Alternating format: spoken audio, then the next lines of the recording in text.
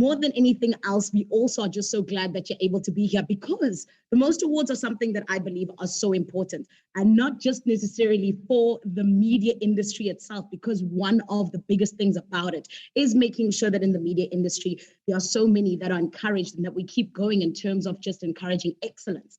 But I also think that over the last couple of years, we've just learned to celebrate absolutely every single moment that we can, and to make sure that we're celebrating the people around us. So I want to first and foremost just get into thanking the people who are able to make this so possible. And I have a list in front of me, because these awards are so important that all of these people came together to say that we need to have them no matter what. So I wanted to thank Jacaranda FM, Prime Media, DSTV Media Sales, Paramount and Viacom, MediaMark, The Media Shop, Arena Holdings, Carrot, Nelesa Media, Cape Talk, 702-947 EWN, KFM, as well as Media Online. So we are going to be having a really incredible conversation here today, because first and foremost, we know that the Most Awards are all about just increasing efficacy, and rather encouraging efficacy in terms of the service delivery that happens in and around the media industry when it comes to agencies and agency owners. And then it is also all about just celebrating the excellence in each and every one of the individuals that make the media industry what it is. So today we're joined by a really amazing panel where we're going to be having a conversation, not only in terms of what it is that has been some of the highlights and even the downs of their journeys over the last couple of years, but us also just getting to know a little bit more about how the industry is changing and just evolving to become better for the future and to become better for Africa and the globe at large. So I want to quickly get into welcoming our amazing guests today, and then we're going to get into some more of the topics that we're going to be covering. So first and foremost, a very big welcome to the gorgeous Marissa Himraj, who is the CEO of Wavemaker South Africa and the 2021 media agency legend that we're hosting today. Marissa, how are you? I'm well, thanks, Anela. How are you? I am so good, thank you, Marissa. Are you ready for us to get into a lovely conversation today? Yes, absolutely. Looking forward to it.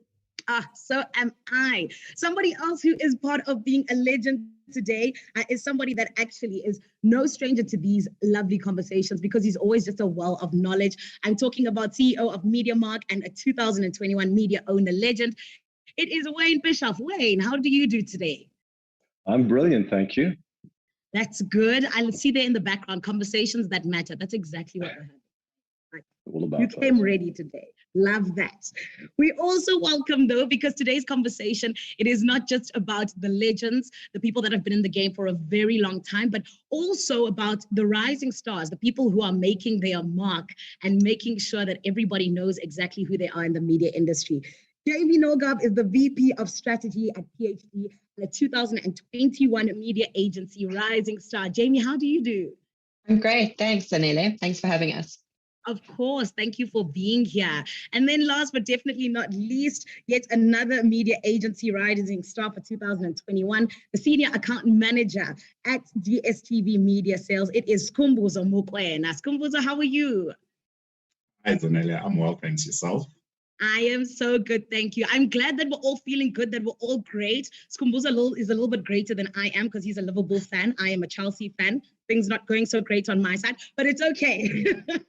I am excited because I am somebody who gets to be part of this really awesome conversation today. And so do you, no matter where you are watching from and no matter where you're listening from.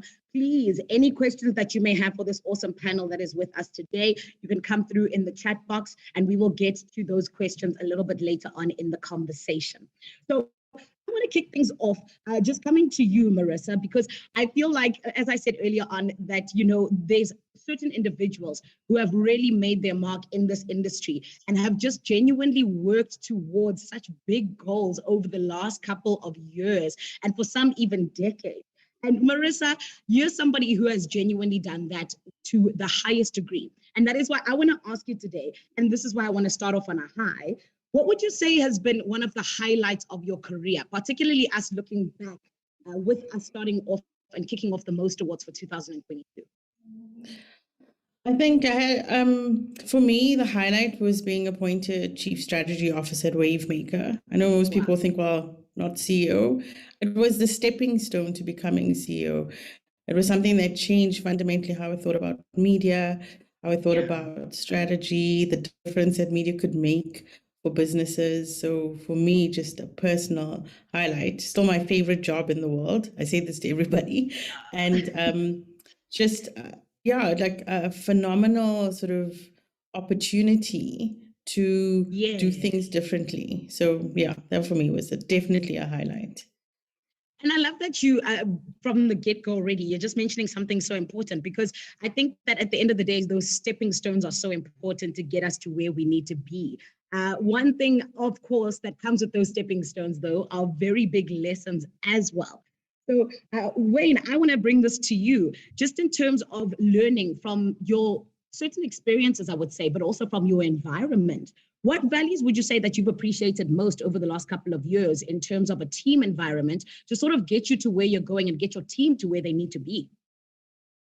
Look, I think over the last couple of years, obviously with COVID and lockdown and the pressures we had, and it was ahead of the time, we became wartime leaders, I think. We had to be in there stemming the blood flow every day and just keeping the teams together. I think for me, I think we personally stepped up the whole caring, really genuine caring about staff and seeing how staff are and how clients are and how everyone's doing. That became the foremost issue in my mind. How are you doing? How's your family? Then about the business. And that's something we've driven very, very hard. So me, what I learned is, it's all about caring about people first and foremost. Everything else results after that. So that was a big change in, I think, the way we run our business, and that's still continuing to this day. Sure, Wayne, I wish that you could actually give a young seminar to people out there, because there's so many bosses who don't take that into account. At the end of the day, you need your team to be at their very best in order to be able to produce results. So I definitely think that, particularly having learned that over the last couple of years and still implementing it even now, that is something that we can definitely just say that we applaud you for. And I definitely also think that, with you saying that we all became wartime leaders, I feel like all of us, the most awards are here to just kind of celebrate excellence. I think that the most awards also is to celebrate just creatives and also the leaders who make it easier for us to be able to be creative. But think about it. I feel like in South Africa, we are wartime just leaders and people who are making it through. We've got load shedding. We've got, there's so many things. But the fact that we're able to keep it going and keep the creativity going, I think that allows us to applaud each and every one of us as well. But Jamie, with Wayne just touching on the fact that caring about people is so important, I definitely think that there's always so many different facets to that in particular, but also the media industry in itself. So what is it about being in media for you that keeps you so passionate about it? I think, Zanele, the great thing about being in our industry is that what we were doing 5 years ago is so different from what we're doing now. And it's so different from what we're going to be doing 5 years from now. And it's just so ever evolving. Things are changing at such a rapid pace. And it's easy to be passionate about something where you get to keep learning new things and you get to keep growing. I think that for me, that's what kind of keeps it really exciting. Yeah, I think that at the end of the day, when you're in media, you always need to be ready for change, because it comes at us left, right, and center. And Scoot, that actually brings me to you, because of course, you and Jamie are our rising stars for today. And, with Jamie just touching on the fact that 5 years ago, things were so different, they continue to evolve each and every day, each and every month. We all are always just out here trying to see exactly where we are. So I want to please ask you, as a rising star, what would you say has been one of the hardest challenges that you have faced that is, sort of just confronted you so much so that you had to grow through it? Thank you, Zanele. I do want to mention that myself and Jamie go way, way back. Myself and her traveled to Hong Kong, so I'm glad that this wrapped off our Hong Kong trip, wrapped off to us being here today. In terms of challenges that I think I have faced over the last while, my journey in media dates back to way back in 2000 early days where print was the thing. And so looking at that journey to now, no one could have ever predicted what happened with COVID. If I take you back to March 2020, each media solution changed. Everyone needed to adapt, from us as media owners to clients themselves. Suddenly people were faced with many, many challenges that, from just point of view, things that you would have never predicted. So I would say that But the only saving grace is that we've had great leadership, in some of the businesses that we work in, people were awake to the challenges, it made it easy for us to talk to our partners and come up with solutions that were tailored to suit, the current problems that we were faced with, which was great. I don't think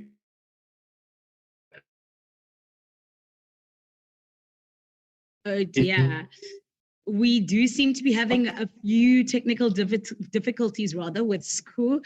Catching what he's saying there, though, unfortunately, there is just a little bit of a delay. So, Sku, we will come back to you. But I love what you touched on, just in terms of, having great leadership. Sku, is your boss listening? Is he here watching or she watching? Is that why you're like, we had great leadership? Smart man.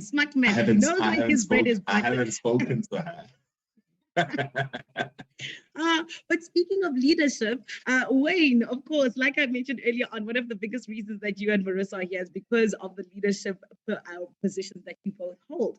And just in terms of what Sku touched on, I'd love to please just get a little bit of insight from you. The industry is fast-paced, and it can sometimes just always be hard to keep up in terms of all of these different changes. That's Sku even touched on, where so long ago print media was the thing. That is where we were. We knew how to do it, and it was just so strong. And now things have changed dramatically. But what were some of the strategies that you employed to keep your team and your business going through all of these changes, even over the last couple of years? The biggest thing, I think, was to make sure we kept on top of the trends. I always say that while the whole company's chopping their way through that jungle in the forest, I've got to be able to climb that tallest tree with my key people and see where are we chopping our way through, to a cliff face, to a waterfall, or to some open fertile land. So for ourselves, we made sure that we refocused the company. We were kind of, radio is number one, but a lot of different platforms we had, in the group, and we refocused into a very focused audio and digital solutions company. So it's much more hyper-focused than we used to be. And we need to say, what do we do well? And let's stick to the knitting, basically. And then what are we going to add on top of that? And the big learnings were, I think, over this time is that clients, now demand more than ever before real, results-oriented solutions, real partnerships with clients. It's beyond the transactional. That was a big thing that changed for us. We became partners and, I suppose, friends to our media agencies and clients to say, how do we get through this together? It was very much about that, not just, hey, we got budgets to hit. I think it's changed our business completely the last 2 years. So that's the silver lining of COVID, that we now have an understanding of where the market's going to. We can see where the audio revolution is going, where digital's going, and we try to keep the guys up to date all the time, but without just going down 1,000 rabbit holes, because everything, we keep getting asked, what about this and Internet of Things, and what are you doing about AI, and where's the opportunity going to be? We kind of have to stay quite focused on where it is and not get too lost. And I think that's my job as well, and my insights team, to see where are the opportunities, where they're going to come from, how can we help clients, how can we help agencies, how can we educate them? And what we've done a lot in the last 2 years, we've joined an organization called ECTA in Europe. It's an association of TV and radio and audio broadcast groups. And the insights we're getting from them, we need to be bringing back to the industry here and learning rapidly. But it's just about an ever-learning sort of culture. We've even launched a learning management platform, which we're trying to, take our staff through and make sure we're on the cusp of what's happening, because we've got to be ahead of the curve all the time. So the fast-paced nature is something scary but exciting, and that's what keeps me in this industry and keeps me excited. 100%. I think all of us are adrenaline junkies. We just love the rush of it all. And I love that analogy that you used about being at the top of the tree and being able to see a little bit better in terms of what needs to stay, what needs to go, and just being able to even, I would say, strategize with you and your team. But Jamie, that brings me to you, because, I feel like at the end of the day, with Wayne just mentioning all of these different things that you need to sort of try to do, from AI to how you're changing things in the media. I feel like, there's always different challenges that come at agencies, particularly, especially with all of the changes that we mentioned earlier on. But, as a rising star, what would you say are some of the biggest challenges that are facing agencies right now? Daniela, I think it's a very layered question. I think the obvious answer that most agency people would agree with is that there's a huge talent shortage at the moment. You know, I don't think that we as an industry have done enough to attract you know, secondary and tertiary learners into the various different kind of roles within agencies. I've had quite a lot of experience with sort of interns and those coming from tertiary institutions, and they don't understand the kind of multifaceted arena that takes place within an agency at the moment. Some of them have sort of fairly limited understanding of digital marketing, but certainly very little understanding of offline, of research, of marketing science, data analytics, you know, all of these sort of areas that agencies have evolved into. And we're going to keep having a talent shortage unless we can start to educate those coming into the industry about the various different roles that they can fulfill, and trying to show them what an exciting industry it is, so that they're actually wanting to come into agencies and learn and grow. And then I think that the second sort of challenge that I'm sure most people would agree with, whether you're on the client or the agency or the owner side, is that you know, cost cutting and a focus on kind of always going for the kind of lowest common denominator when it comes to cost also creates a bit of a problem. You know, it creates churn in terms of staff job hopping because of salary increases that they can maybe get elsewhere, which kind of further exacerbates the problem around talent shortages. So I think that, you know, as an industry, we need to make sure that we're focusing on all these areas so that we can really, you know, ensure that in 5 years from now, we're not finding ourselves in a situation with more of a talent shortage and more of a focus on reducing costs. Sure, Jamie, I absolutely love that. I feel like I just learned something completely new, because I feel like at the end of the day, we always go to what we think are some of the challenges that, you know, the agencies are facing. But I never would have thought that a talent shortage is. The other day, somebody was saying that everybody wants a YouTube channel, particularly, you know, the Gen Zs. And I don't think there's anything wrong with that. But I 100% think that what you're talking about in terms of the education not necessarily being there, I think that's a very big spot to touch on, because I think it's very much such a big thing that needs to be addressed. But Skhumbuzo, just trying to come back to you. Hopefully the network loves us this time around.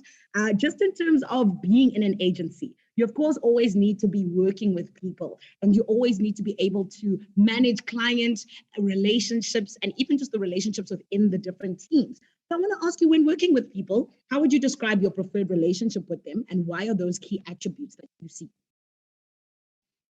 Look, I like keeping things professional, but, you know, the big thing that raises itself in my mind is mutual respect, you know, regardless of race, regardless of titles, regardless of your standing in society. You know, for me, respect is one of those things. So I carry myself in a manner that is quite respectful, and I kind of expect the same when I deal with my agency partners and clients. And I've found that it works wonders for me. You know, people are able to reach out to me at very odd hours of the day, which is quite cool, and I quite enjoy that. Yeah, thanks. I love that. It's cool. It's cool just making sure that his boss knows that, hey, I'm here. Not just he's doing a good job, but you can reach out at any time. I love that. But Marissa, I just want to come to you, please. Just particularly around us just, you know, being here and having this conversation. We had obviously said that our panel is a mix of you guys who are legends, who, you know, were recognized in 2021, as well as our rising stars who were recognized in 2021. And I want to ask you, particularly around just some of the key attributes that you believe a leader needs to have in order to be able to work great with a team in such a fast-paced environment. I think Wayne touched on this quite a bit. Empathy is really, really important. Humility. We don't know everything. You know, like, we're also going to learn from younger people that are coming through our agencies. It's a completely different mindset, completely different world they live in. I'm always fascinated by how they view and solve problems. And I think just having open communication and being accessible as a leader is super important. Nobody should be too afraid to come and chat to you about whatever's going on, because that's how they also kind of learn what you're dealing with or how you view things. And I think having that ability to encompass all of that with just humility and an ongoing need to keep current, to keep on top of things, and inspire through leadership, right? So for me, I think some of the biggest things are like sharing the vision of you want to go. And not everybody has to buy into that, but they have to buy into you as a leader and believe that you can get them there. They may not know the how, and that's our job to figure out as the leaders, but they must believe that you have their best interests at heart. And like Wayne said it so beautifully, like COVID really refocused the lens for us as an industry across the board, whether you're in creative, whether you're in media, whether you're media owner, around how much people matter in our organizations. The work that we do, yes, it's important. And of course, we want to be the best at what we do. But without the people, we just aren't able to do that. Sure. And so we might as well take a lot of time understanding, inspiring, and growing that people and what they would like to achieve. I also believe like a leader should firmly focus on leaving the place that they lead in a better place and in a better position than where they found it. Like that should be your priority. And you do that by inspiring the team around you. Wow, I love that. This is so refreshing for me because I definitely think that I heard somebody say this the other day where they said, anybody can be in a leadership position, but not everybody's meant to lead. So when we hear this mindset of, leaders being not just so thoughtful, but rather just humanizing the people who work for them and, their team, I think that it's such an important thing. And I think it's so beautiful to happen on such a big scale, particularly in the media industry where we're just always going, and we hardly ever get a second to stop. So thank you so much for that, Marissa, as well as Wayne, because you had obviously said that he definitely touched on it, which he did earlier. But I do want to quickly jump into a question that actually came for Wayne, because remember, everybody, you can ask all the questions that you'd like to ask in the chat box. And thank you for all of the ones that have come through so far. We're absolutely loving them. But Wayne, somebody did come and they wanted to ask you, they said that you mentioned looking at where the opportunities are. How do you go about trying to find the opportunities and if it's worth your time? So look, I think what we do over here is we've done international scans of similar entertainment businesses around the world. We've looked at what's failed, what's worked, if the opportunity it works in our market, from India to Australia to the States to Europe, and our backyard as well. What we also said is, okay, what will amplify our own platforms, or what can our current platforms amplify if we bring some new partner or platform or opportunity on board? And then does it integrate? We want to be able to offer a full integrated solution, from whether it's FM to digital audio to streaming to podcast to digital to right down the line to e-commerce. So we got to see, does it fit in? And then, of course, can we move the needle in terms of, to me, in 12 months, can we start making some money? Can we at least break even in 12 months? Because unfortunately, like it or not, we all have shareholders and they want to see some, faster returns. We can't sit and throw money into it all the time. Yeah. That all leads into the big thing. If we're going to go with something or some new idea or new opportunity, go into it quickly. And that old thing about fail fast, better done than perfect. Get into it, try it out, iterate, test, learn, tweak. And if it works, keep going. If it doesn't work, shut it very quickly and stop it. And that's the thing we all have to learn. And it's not easy for legacy companies. We're 25 years old. We're 1,000 times better in the last couple of years. But generally speaking, all the big corporates take time to do things. But the big learning for us and what we're doing a lot better is hit it quickly, test it, iterate, doesn't work, shut it down, move on. There's no, as long as you're learning from it. As long as you're learning from it. Failure is a good thing in those senses. Yes. And when you obviously mentioned that, you need to just assess in 12 months whether or not you are now starting to make money. So is it a thing of that sometimes if you believe in an idea, you still need to do it, even if it's not making money right away? Well, if you really believe it's going to lead to something great in the future, you can see a trajectory. You can see international trends that the market starts doing that. Your costs are pretty stable. Then you need to commit to it and give it your all, because if you're going half-baked, it's never going to work. If you really believe in it, take the risk and go for it. That's the way I see it. But if you don't have your leadership team and everyone around you believing in it with you, then you're off, kind of Don Quixote in chasing windmills, and you're never going to succeed. So you got to bring the whole team with you. Oh, I love that. Oh, man, this is already such a beautiful conversation. And I think that there's already been so many golden nuggets that have just been dropped absolutely everywhere. A big shout out to our panel, but also shout out to you who's joining us today. If you're just getting here, it's okay. Better late than never. It is the Learning from Legends webinar for the 2022 Most Awards.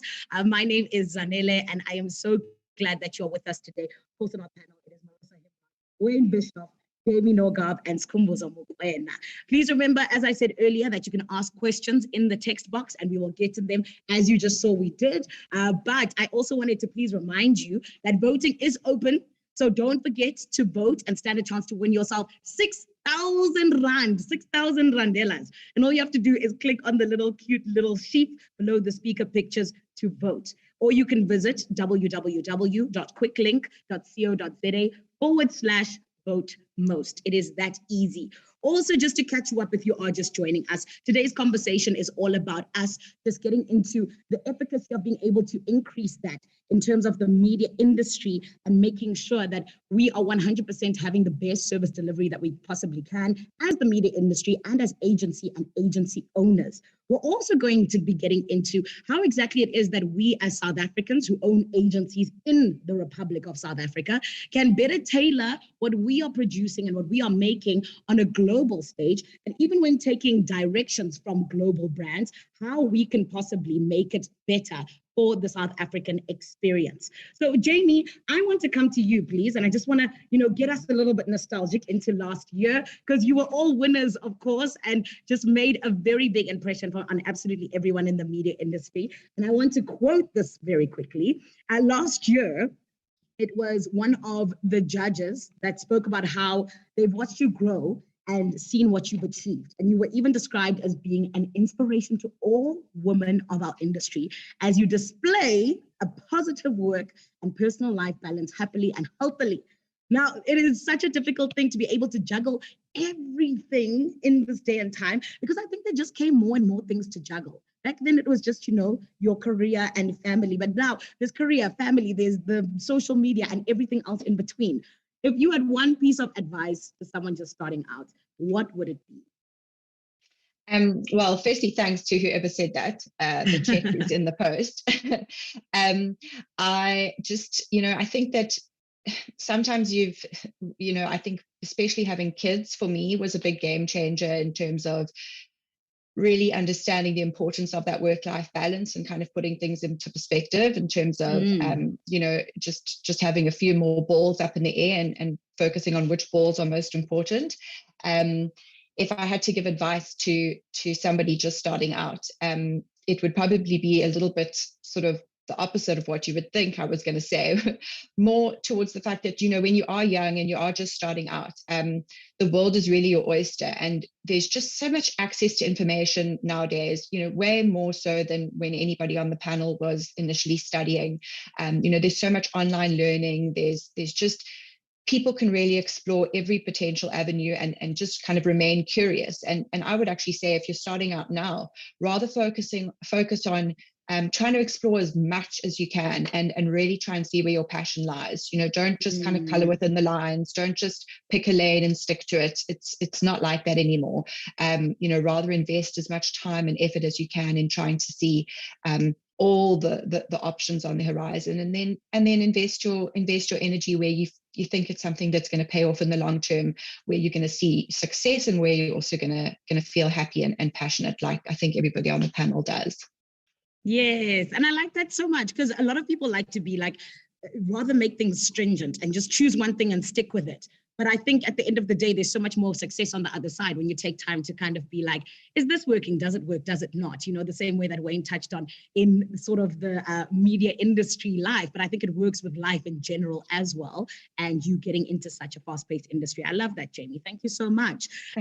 Jamie, had mentioned that, of course, that we have so much at our fingertips in terms of information. So it's cool. I want to come to you, please. As a senior account manager, what would you say is the first piece of media that you consume each and every day, and why is it that particularly?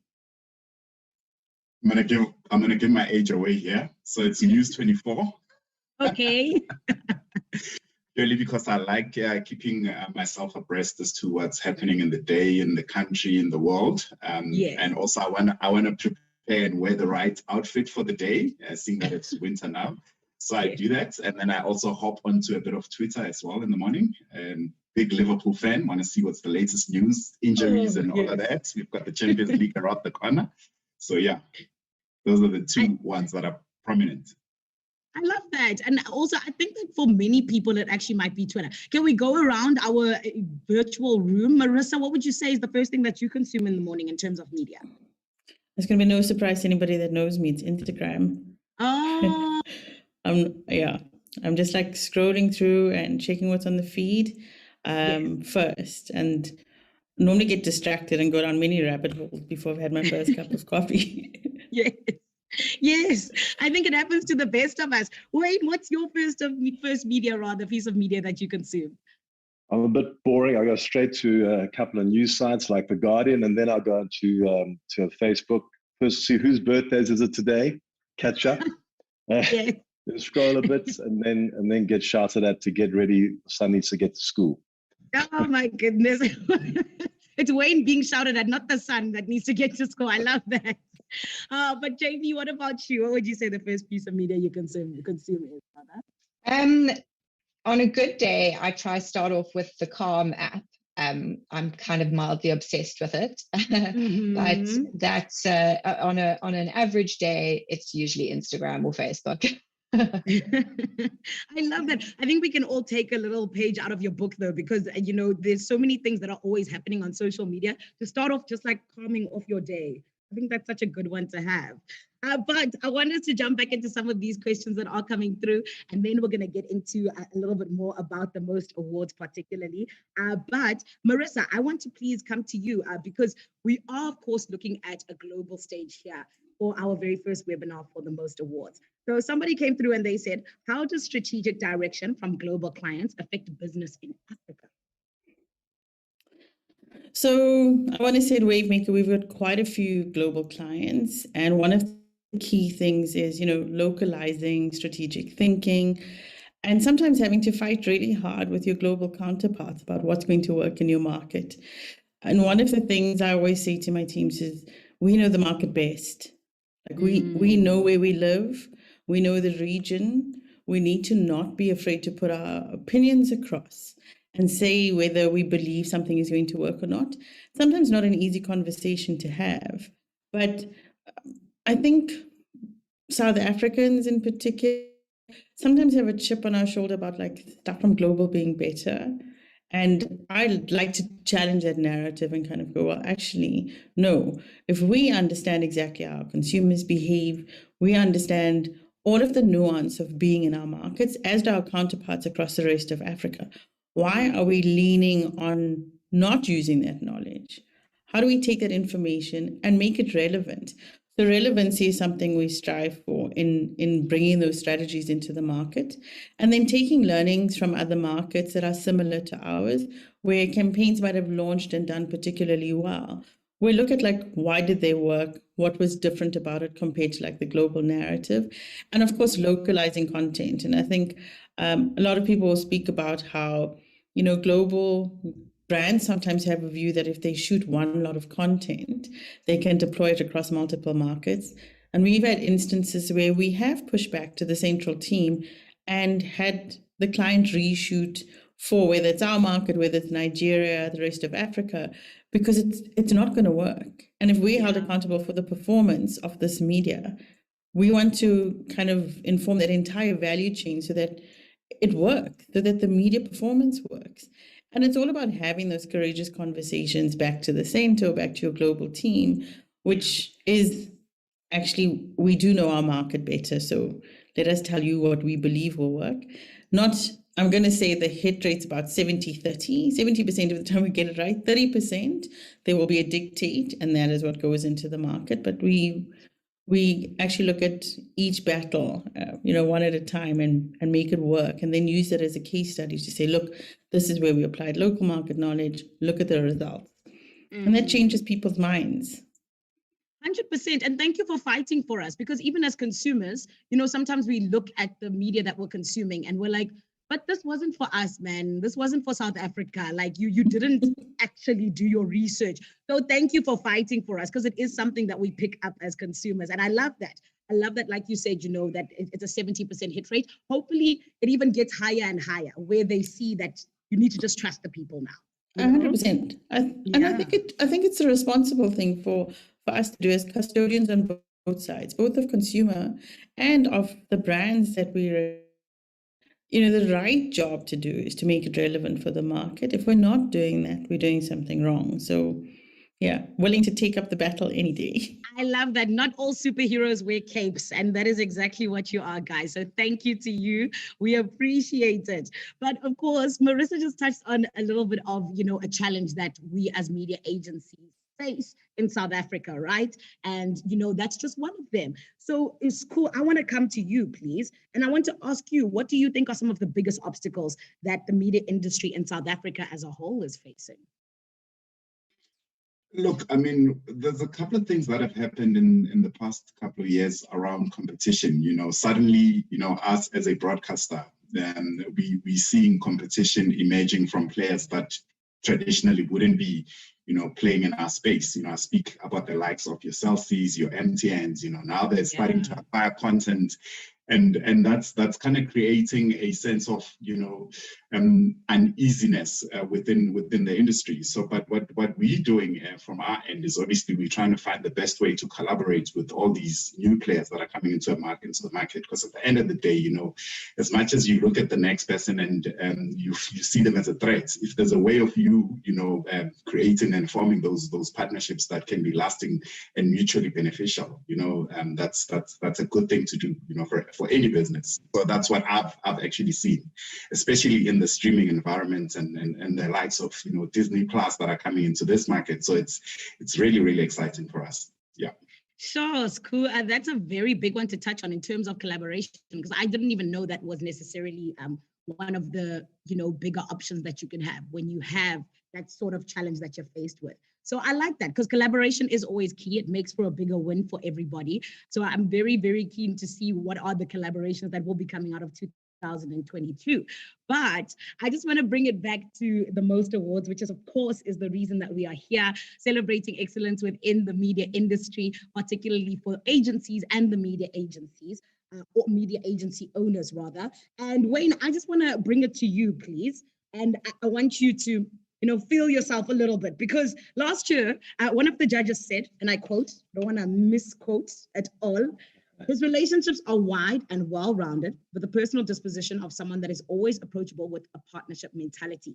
He cares deeply about his people and prioritizes wellness as a strategy to drive success and results. The Legend Award obviously acknowledges someone who has a strong reputation for having attributes of leadership, passion, commitment, mentorship, inspiration, being relationship builders, brilliant negotiators, and having wisdom. Out of all of those things, and you even touched on that, Wayne, I feel like you're living and breathing exactly what they said that you were, getting your award for. But what personality trait do you think was the key to your success, and what continues to allow you and your team to win? I think from the age, if I think about myself and we have come through in the industry the last several decades, show how old I am. I think I think I'm a great, my superpower is probably I'm a great connector.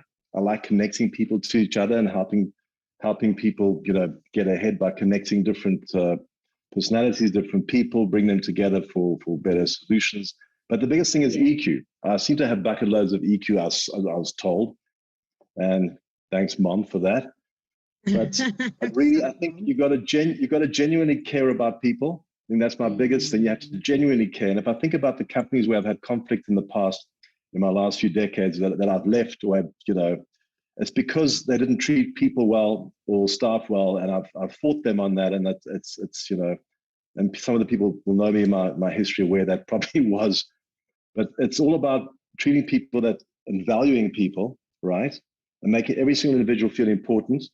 And I will say, when you leave somewhere and you move on to a new, challenge or something, it's not, people won't remember necessarily what you achieved, the numbers you got. They'll remember how you made them feel.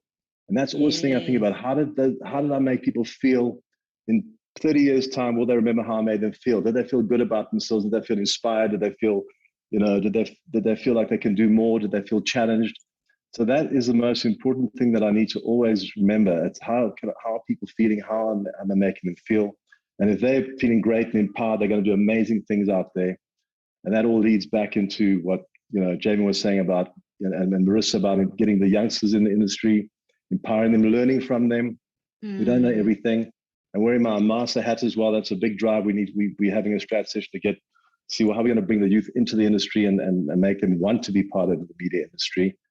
But I think my biggest thing is just, the EQ, I think, has got me far. And I think just being genuine about caring. That's number one. And at the same time, not being lax about things. And I can be a bit of a perfectionist sometimes, but I'm getting over myself. But it's about caring genuinely about people. I think then we can go the next step. I love that, Wayne, especially the genuine part, because it's one thing for you to be asking somebody, how they are, how things are going, but for you to actually care about what they need to be able to continue or anything like that. I think that's a very, very important point. Thank you so much. Obviously, we had said that when you mentioned this earlier, that there is just that thing when it comes to making sure that your people are okay. But at the end of the day, with you mentioning now that it really is about the people. And that it 100% is today for our very first webinar for the Most Awards for 2022. So thank you so much for your questions. Do keep them coming. We're absolutely loving them, like I said before, which brings me to you, Jamie. Somebody just came through with a question, and they said that you touched on talent and shortage. Are there any initiatives within PhD to try and empower and retain talent? I think that, within PhD specifically, we've got an active internship program that we are embarking on this year. It's been something that we've had in the pipeline for quite some time, but we finally kind of managed to refine it in such a way that we were able to kind of bring it to market in 2022. So that's running across both our Johannesburg and Cape Town offices. And we're really excited about that. We're also have actively, been very active in Amasa in the past, as Wayne would attest to, and that historically has been really one of the key industry bodies kind of driving that forward. And PhD, we also engage on an ongoing basis with the various different tertiary institutions. We've got a great relationship with most of them, and we try where possible, do things like guest lectures, educating the industry. I think that's something that PhD is doing, but I wouldn't say it's unique to us. I think, everybody on this call does their part. I've seen, fantastic work from other agencies. Some of the other agencies have got really long-standing internship programs. I think just to touch on, what I had said earlier, if we kind of all make it a priority going forward and we kind of treat it as something that we want to collaborate on, to touch on Wayne's point around collaboration, I think we can, as a collective, do a far, far better job than kind of each individual or each agency or each media owner trying to do it on their own. That's so beautiful. I really, really like that, because at the end of the day, like you said earlier on, Jamie, where you said that, the youth are going to be the ones who are left to then continue this amazing work that you've started. So it's really great when the agencies are actually taking the initiative to be like, this is our problem, and we're going to be the ones to actually fix the solution. Like, it doesn't just need to necessarily come from them. So that's really incredible. But I want to quickly bring it back to the Most Awards, because I think that, like I said earlier on, it's always so important for us to always 100% be calling out excellence, always be awarding excellence, and also just celebrating excellence more than anything else. So it's cool. I want to come to you. Last year, you were described by one of the judges as always displaying integrity. You had touched earlier on about how respect is very important in terms of dealing with your teammates, but also dealing with your superiors and even your clients. So I want to bring it to the fact that, integrity and transparency are also very, very important in terms of relationship building. May I ask you why you would say that, in your opinion, those are very important? And if you have any sort of experiences which have just always just seemed to like yield a little bit of positivity or just benefits out of just really relying on integrity and transparency? Look, the reality is every salesman loves money, but I happen to be one salesman who loves money long term. you know. So when I deal with my clients, I don't deal with them on an ad hoc piece of content basis. You know, I deal with them on a long-term sort of, you know, relationship basis. So when I'm faced with the situation, I always look at it this way: do I want to rent now, or do I want to rent consistently over the years such that it's beneficial between myself and the client itself? So that's how I've treated my relationships. And, you know, integrity for me, if you've got integrity, you are able to build trust between yourself and the clients, and it just makes life a whole lot easier. They can always rely on you. They can always, you know, come to you for solutions and engagements, which is something that I think has worked well for me over the years. Yeah. Yes. And I think like you kind of just touched on where it's all about building those relationships. So, you have to start somewhere at the end of the day. So I love that. But Marissa, I just want to come to you. We've spoken about the last couple of years and just how we've all had to grow and we've all had to sort of evolve.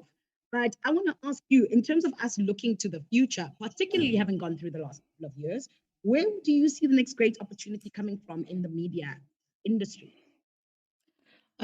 So for me, it is definitely addressable media. I'm just dying for this DTT stuff to be done.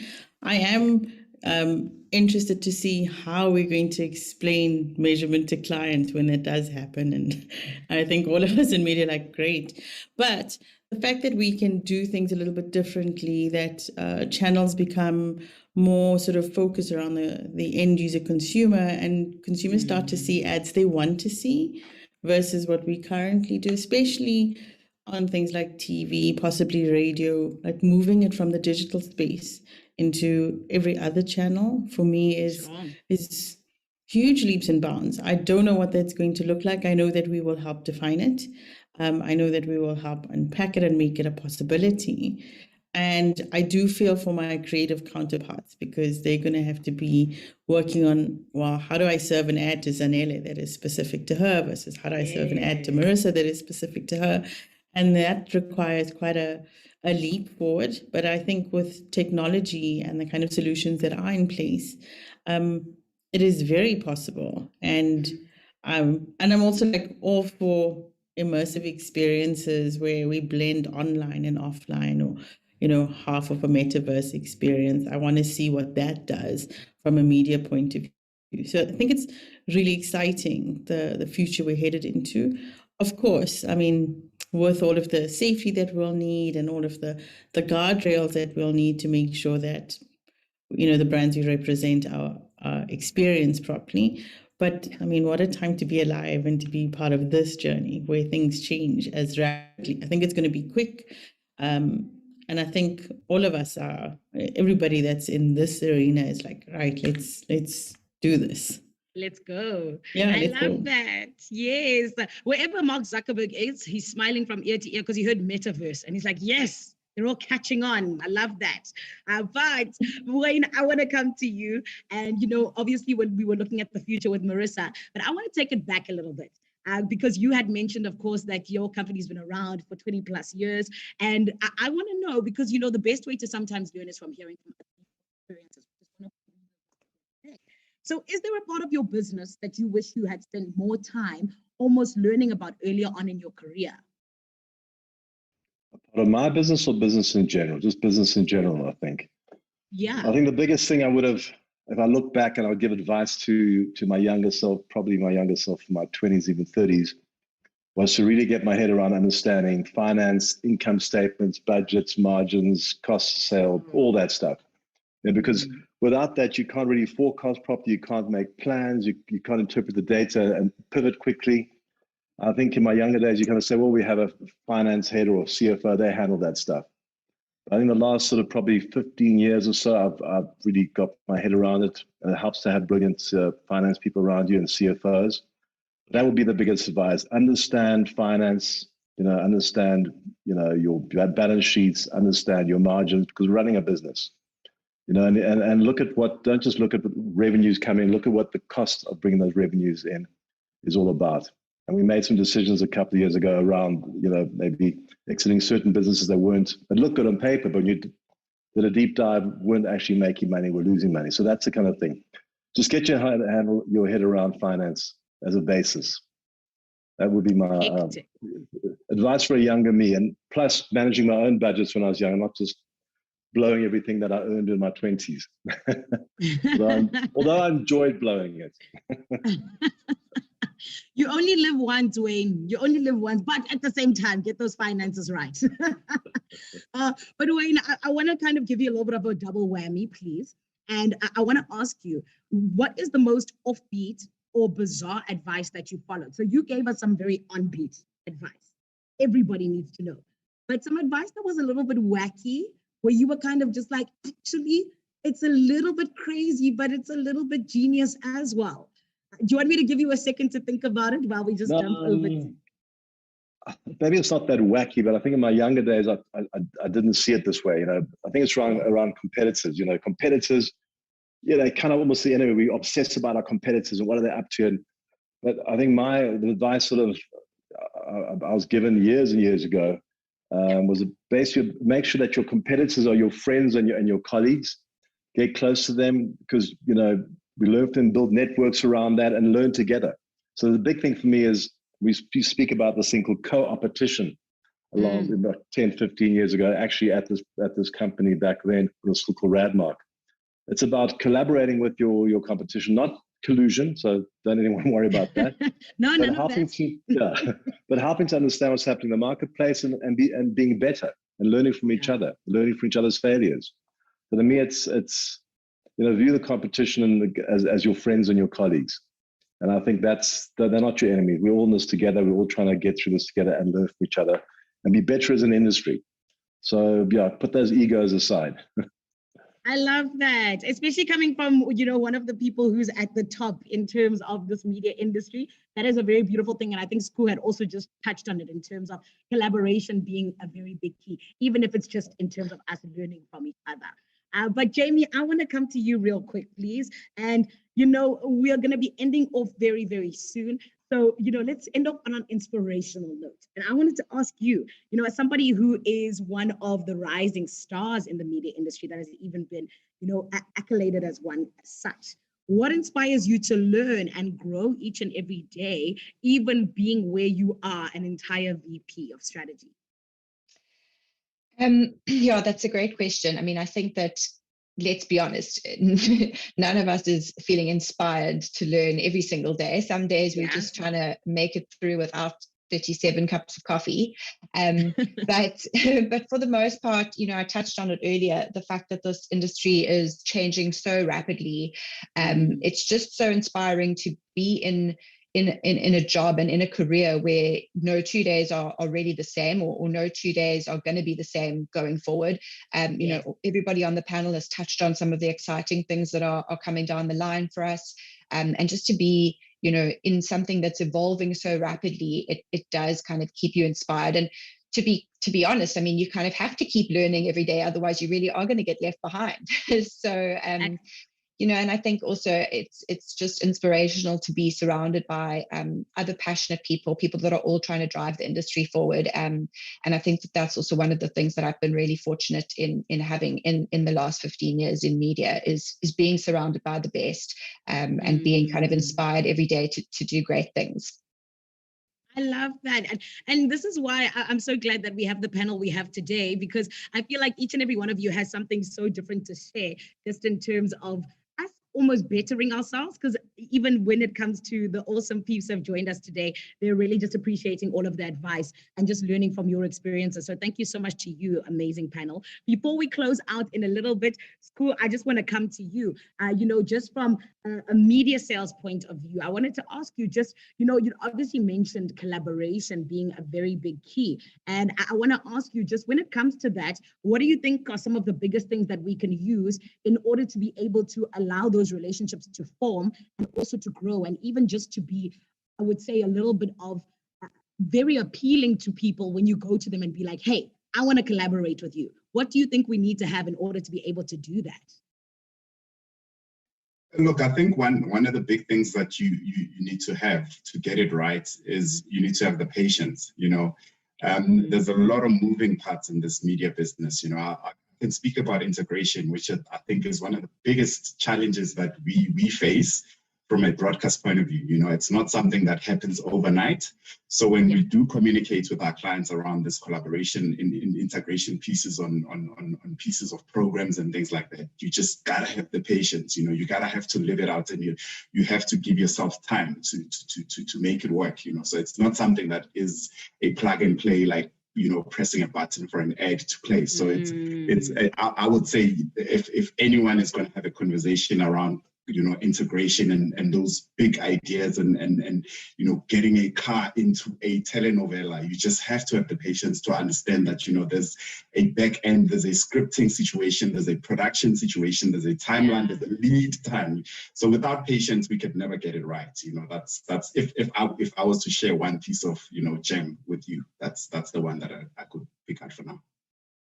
I love that. And I think it's also just, you know, something that we sometimes forget as people, because we want everything now. Everything's untapped. Besides for the whole thing of being like, we're the generation of now, it's also just so easy to be like, oh, here's this great idea, and you're hoping it just works now. I think that patience is definitely a very big thing to have, because it yields a whole lot of benefits later on when you've taken time with things.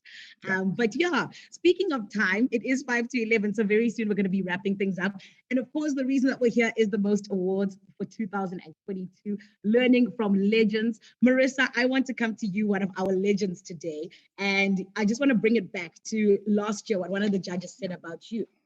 I will quote once again, listen properly. Marissa is knowledgeable and open to collaboration. I feel that her commitment to the industry inspires others to explore opportunities in media in the hope that they may learn from her. So I want to know, did you have a mentor when you were starting out in the industry who almost inspired you and showed you the ropes in order to be able, like, yes, I'm going to do this and I can do this? So I'm going to name drop like crazy now. I had quite a few mentors. I was very fortunate. When I joined the industry, I worked with Rob Smuts and Angie Archer at RMS Media. And then I had the pleasure of working with Virginia Hollis and Chris Butter at the Media Shop. And then at MEC, Michelle Myers and Erica Gunning. Like, these are all heavyweights and names that you've seen on many different platforms. But all of them gave me a chance to grow and learn. And of course, my most recent mentor is a very dear friend, Lwandile Kukweni, who still is somebody that I'm in touch with almost on a daily basis, is my last but longer lasting mentor, in that he taught me patience and empathy, and not, you know, throwing the baby out with the bathwater when things would get a little crazy on our side. But every single person along that journey has mentored me, as well as the amazing teams that I worked with. I think nobody gets to where they end up without not having great teams that support you and people that believe in you. And it's often your day-to-day colleagues that kind of make that possible. But yeah, absolutely. I learned from the best. I'm still in touch with every single one of the people that I've named, because they were very inspiring, but they were also like really open to letting me try something different or do something a little bit out of left field, and trusting me to do that, which I think is something I like to bring to the people that I mentor and lead. Sure, that's amazing. And like you said, I think that everybody has, you know, the certain people who believed in them and also kind of gave them a little bit of a step up. So that's incredible. Wayne, I want to finish up with you, please, just in 60 seconds, nothing too long, because, you know, I'd like to believe that there are a few young media agency owners that are here. And one of the big key things that came out of our conversation today was collaboration. So when it comes to, let's say, a small agency coming to a bigger agency such as yours and saying, hey, man, I want to collaborate with you on this specific idea, what would you say are some of the things that they definitely need to have in their proposal that you would look at to be like, yes, this is viable? They need to have thought about, you know, what the market looks like. If there's an opportunity in the market, they need to have done their research, you know, into where could it go? What does it look like in a few years' time? Is there, what is this? Where do they see it succeeding? How long will it succeed?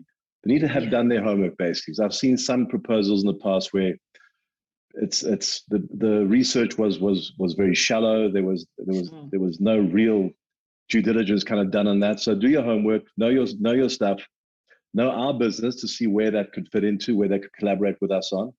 And we're open to guide as well. You know, and we have our own insights department that can assist with that. But, you know, show that you have passion about it, that there's a real good idea there. It's not just some personal view that you haven't tested beyond your own mom and dad kind of thing. Yes, beyond your mom and dad. I love that.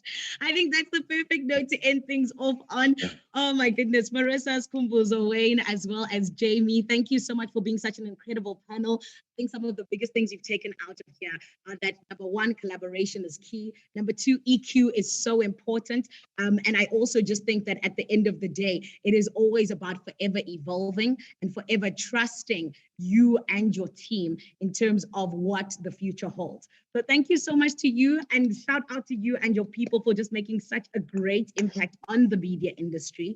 And thank you so much to each and every person that has come through and just spent the morning with us just getting to learn a few of the really important nuggets that we can from the greats that have joined us today. Also getting us ready for the most awards for 2022.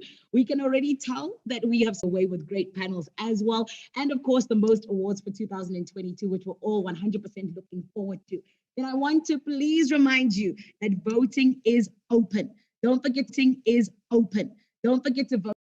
To win 6,000 Rand, yes, just by clicking on the cute little sheep below the speaker pictures to vote, or you can go over to www.quicklink.co.za/vote most. We can't wait for the most awards for 2022. And as always, we need to thank our sponsors or we would not be here.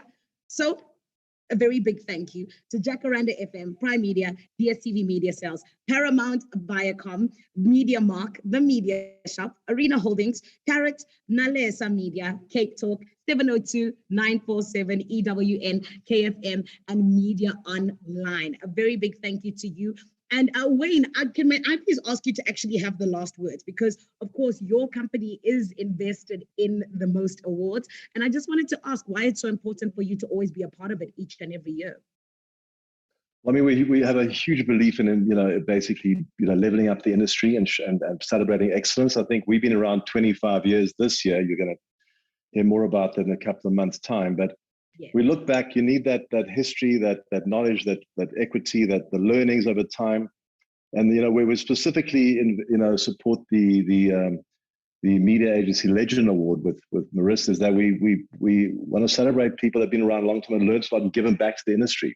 So we give back as much as we can through a lot of projects, and then media agency legends like Marissa give back in a huge way, and that have been around. It's important to celebrate that and also show the youngsters coming in what excellence looks like. Beautiful. And that is how we 100% close it off.